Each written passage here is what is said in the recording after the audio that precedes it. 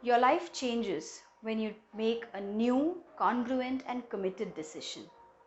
That's the power of decision making. Hi friends, I'm Swati Arora. I'm an NLP practitioner and a certified life coach. My today's topic is decision making. Before I start, let me ask you this question. How important is decision making? What do you think? Well, ask this question to the man who's been a chronic alcoholic all throughout his life. And the moment he decided to quit alcohol, his life changed forever and for good. Ask this question to the woman who's been suffering physically and mentally by her family. And finally, she decided to break the relationship and move out of it and be able to lead a successful and happy life ever after. That's the power of decision making. That's what I say. Our decision decides our destiny. Our destiny is in our hand. And the sooner and the better we decide, we will have a better life ahead of us. So today I'm going to talk about decision making skills and how we can enhance our decision making skills by keeping in mind some small tips I'm going to share with you. I say predominantly that decision making is a skill which can be practiced, and like any other skill, this is one skill which develops and we enhance and we improvise by practicing it more and more. In fact, I personally advise people that decision making is something that we need to imbibe and nurture in our children as well, right from the childhood, not in the adolescence age or when they become adults, but right from the childhood stage, so that they can become better decision makers when they grow up. Else, you know what will happen? Else we will become a cribby person. When we retire at the age of 65 or 75, you'll be sitting with your grandchildren and you'll be sulking. You'll be saying, how I wish I made that decision. How I wish I would have taken that dream job of mine. My life would have been completely different. That's what decision making does to us. And today I'm going to share with you what you can do to become better decision makers. So the first point that I would want to talk about in rational decision making is that whenever you are obstructed with a problem in life, get yourself detached first. Detach yourself from the problem. Look at it from a neutral standpoint, or I would say zoom out from the problem. Look at it from 1,000 feet above rather than being involved in the problem. Well, you will say, Swati, how is it possible? Because I'm so much emotionally involved into it. It's just practically impossible to detach.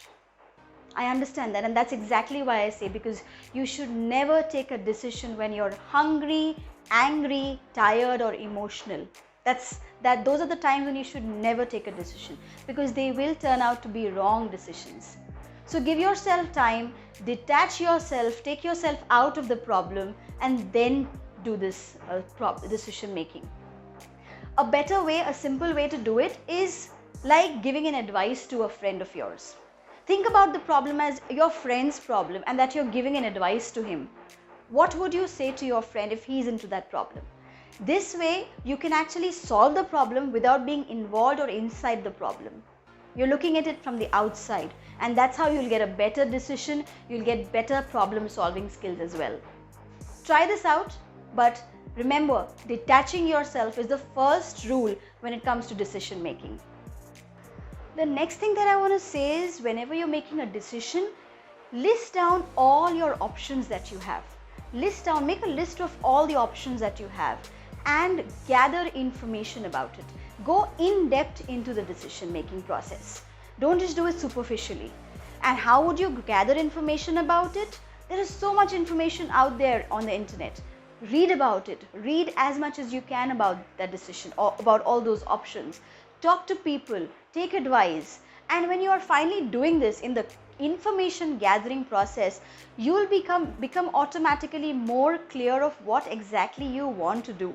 Out of those so many options, you'll be able to boil down on 2 or 3 key options, which you will see that you will be able to resonate with, which will match with your personality and which will match with your interest level as well. Now this is typically when you're making life-changing decisions. For example, your career choices, or even as a matter of fact, marriage. When you're looking at those options, The more you gather information, the more you have data with you, you'll be able to then strike out or keep a balance of what you need and what you don't need. And then when you come down to a situation where you have two major options, that's when I have a magic formula for you which will work as magic for you. And what is the magic formula? It's what I say in my language, the best case scenario or the worst case scenario.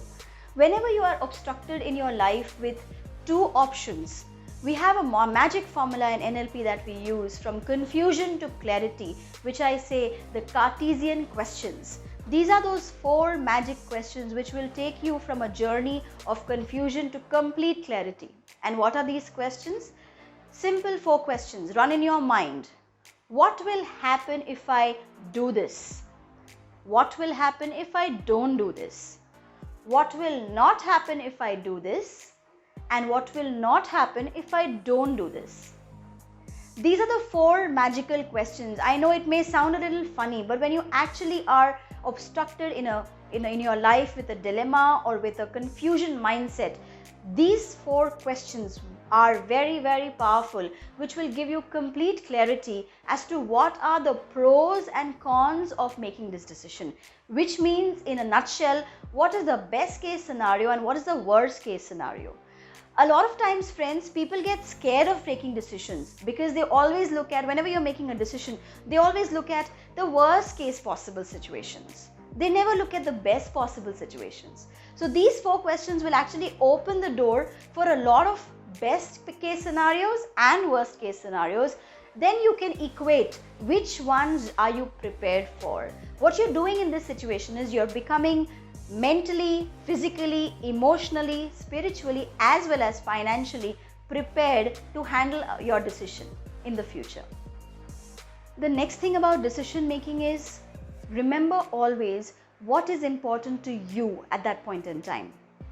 I hear a lot of times when people say, I made that decision of getting into medical college because of my parents, or I did not take that career choice because my husband was unhappy about it, etc., etc. Never do that. While you may take feedback or advice from people, but your decisions need to be important to you, and you need to be at the epicenter of making the decision. Because what will happen is, if in case you falter in that decision, you will come back to the person. Generally we have this tendency, we will come back to that person and we will blame that person that, hey, look, because of you, I failed in my decision. That's not supposed to be done.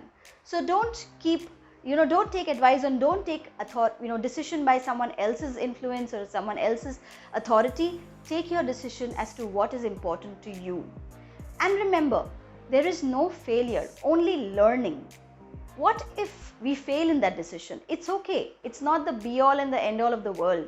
We can always make new decisions. We can always recreate our decision. That will, and remember I said that in the beginning, the more decisions you make, the more better you become at decision making. So what if I fail in one decision? I can always rewind and make a new one. And friends, the last thing that I want to talk about with respect to decision making is that keep a timeline for every decision as well. Let's not have decision making as an endless process, which means don't overthink or don't overplan or don't over procrastinate about any decision. Because what will happen is, it'll be an endless process. You'll be just thinking too much and gathering too much information and planning too much without actually making that decision. So even if it is whatever decision it is, keep a timeline. It should be a time-bound process. Even if it is a career choice, take a time-bound activity around it and say, okay, I will take my career decision within 1 month or 1 year or 6 months. Till such time, I'll gather as much as information possible. Because if you don't have a timeline to it, you'll get into a procrastination loop, which will never allow you to make a decision. So friends, that was about decision making. I hope you enjoyed this video and this video has been beneficial for you. Do practice a lot of decision making in your life, small decisions, large decisions, and trust me, the more you practice, the better you will become at it. So practice these tips while I come back next week with some more interesting videos. If you like the video, hit like button and subscribe. Take care. Bye.